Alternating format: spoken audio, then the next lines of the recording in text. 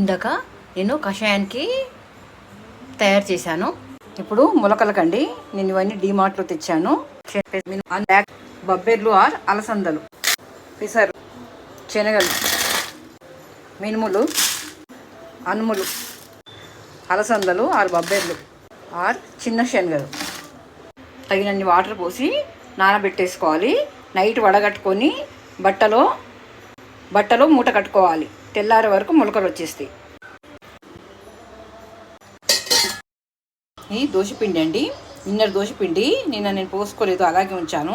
ఈరోజు పోసుకుందామని.